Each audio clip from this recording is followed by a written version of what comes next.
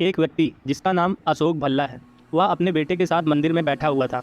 उसके बेटे का नाम आरव है और उसकी उम्र 25 वर्ष है। आरव बहुत ही खुश लग रहा है, जो कि उसकी हरकतों से साफ जाहिर हो रहा है। उसके सवाल बहुत अजीब से लग रहे हैं, जिनकी तरफ हर किसी का ध्यान जा रहा है। खास तौर पर वहीं पास में बैठे बुजुर्ग दंपत्ति वो चाह कर भी अपना ध्यान आरव से हटा नहीं पा रहे थे और अपने पिता से कहता है, पापा ये गणेश जी ऐसे क्यों दिखते हैं, इनकी नाक ऐसी क्यों है। तब पिता बड़े ही शांत मन से खुशी के साथ अपने बेटे को भगवान गणेश की कहानी सुनाते हैं और तब आरव को गणेश जी की नाक, जिसे सूंड कहते हैं, के बारे में पता चलता है।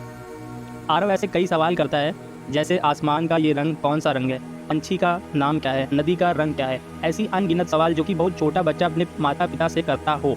वो दंपत्ति को बहुत आश्चर्य होता है और वो दोनों आपस में बातें करने लगते हैं, जिसे देख आरव के पिता को कुछ महसूस होता है और वो कुछ नहीं कहते और मुस्कुराते हुए अपने बेटे के सवालों का बड़े प्यार से जवाब देने लगते हैं। दोनों बुजुर्ग दंपत्ति को बेचैनी होने लगती है और वो आरव को पागल है ऐसा वहाँ बैठे सभी लोगों से कहने लगते हैं और अपनी जान पहचान में आरव की चर्चा करने लगते हैं। अगले दिन भी दंपत्ति को आरव और मिस्टर भल्ला मिलते हैं और इस बार वो दोनों आरव के पिता के पास पहुँच जाते हैं।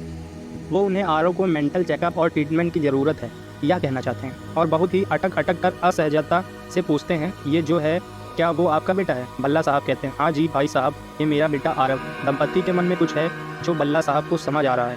तब ही भल्ला साहब दंपत्ति से कहते हैं कि आप दोनों कुछ कहना चाहते हैं तो कह सकते हैं। तब दंपत्ति हिम्मत करते हुए कहते हैं कि बुरा मत मानिएगा, आपने कभी आरव को किसी डॉक्टर को दिखाया है।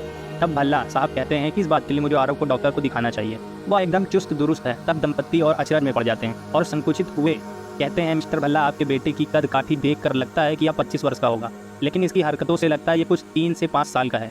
हम समझ रहे हैं पिता के लिए यह सच स्वीकार करना बहुत मुश्किल है, लेकिन अगर आप इस सच को स्वीकार लें और आरव का इलाज करवाएं तो शायद परिस्थिति में बदलाव हो जाए। मिस्टर भल्ला को हंसी आ जाती है, यह देख दंपत्ति को और अजीब लगने लगता है। तब दंपत्ति के चेहरे का भाव देख मिस्टर भल्ला उनसे कहते हैं कि भाई साहब, सच या नहीं जो आप समझ रहे हैं, असल में आरव बचपन से ही देख नहीं सकता, वो नेत्रहीन था, उसका ऑपरेशन हुआ है और मैं कल उससे सबसे पहले यहाँ ले आया। ज़िंदगी में पहली बार उसने अपनी आंखों से दुनिया देखी। जानता समझता वो सब है, लेकिन वो आपस अपने बचपन को ही जी रहा है और मैं भी उसका साथ दे रहा हूँ। यह सुन दंपत्ति का सिर शर्म से झुक गया, क्योंकि उन्हें अपनी भूल का एहसास हो गया। इस कहानी से सीख, कभी किसी को देखकर ही उसके लिए कोई भी राय कायम नहीं करनी चाहिए। वास्तविकता सदैव वही हो जो आप सोच रहे हैं, जरूरी नहीं। दंपत्ति ने बिना कुछ सोचे समझे आरव को एक पागल लड़का करार कर दिया और कई लोगों को यह भी बोल दिया। जब सच सामने आया तो उन्हें ही शर्मिंदगी का सामना उठाना पड़ा। ऐसी ज़िंदगी में कई बार होता है, इसलिए हमेशा तथ्यों को जानने के बाद ही कोई सोच बनानी चाहिए।